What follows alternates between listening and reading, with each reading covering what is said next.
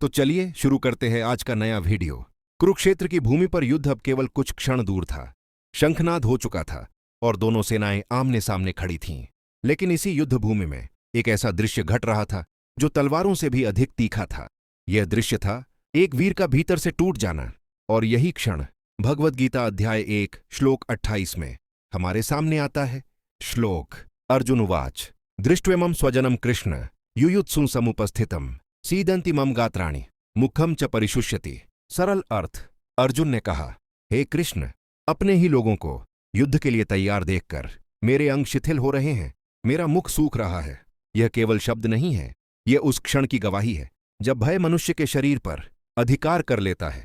डर हमेशा अचानक नहीं आता, वह धीरे धीरे मन में उतरता है, फिर शरीर पर अधिकार कर लेता है। अर्जुन पहले भावुक हुआ, फिर शोक में डूबा और अब उसका शरीर उसके मन की स्थिति दिखाने लगा है। सीदंति मम गात्राणि, शरीर का हार मान लेना। ये पंक्ति बताती है जब मन हार जाता है शरीर पहले झुकता है। अर्जुन के हाथ कांप रहे हैं, पैरों में बल नहीं रहा और उसका शरीर युद्ध के लिए तैयार नहीं। मुखम च परिशुष्यति, भय का शारीरिक प्रभाव, मुख सूख जाना डर का बहुत बड़ा संकेत है। आज भी परीक्षा के समय, कठिन निर्णय लेते समय, किसी बड़े संकट में हम यही अनुभव करते हैं। गीता हजारों साल पहले मानव मनोविज्ञान स्पष्ट कर देती है। यह ध्यान देने योग्य है कि अर्जुन डर को छुपा नहीं रहा, वह श्री कृष्ण से स्पष्ट कह रहा है, मैं डर रहा हूं।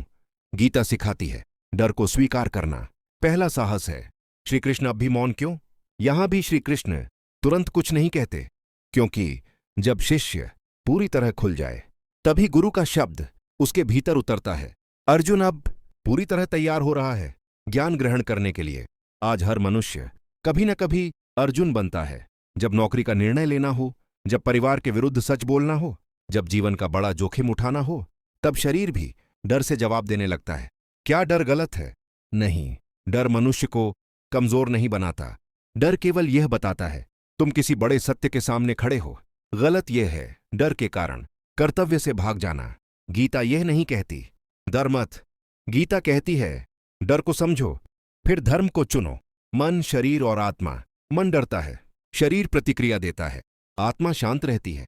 गीता हमें सिखाती है आत्मा की आवाज सुनना सीखो। आगे क्या होगा? अगले श्लोकों में अर्जुन के रोंगटे खड़े होंगे, उसका धनुष हाथ से गिरेगा, वह युद्ध से इनकार करेगा और तभी श्री कृष्ण बोलना शुरू करेंगे। श्लोक 28 हमें सिखाता है डर स्वाभाविक है, उसे स्वीकार करना साहस है, लेकिन निर्णय डर से नहीं धर्म से लेना चाहिए। यदि जीवन में कभी डर हावी हो जाए तो याद रखना डर के पार ही धर्म का मार्ग है। जय श्री कृष्ण। आज का वीडियो कैसा लगा कमेंट में बताओ। अगर वीडियो अच्छा लगा तो वीडियो को लाइक और चैनल को सब्सक्राइब करो और बेल आइकॉन भी दबा दो ताकि कल आने वाली वीडियो सबसे पहले आपके पास आ जाएगी। धन्यवाद। जय श्री कृष्ण।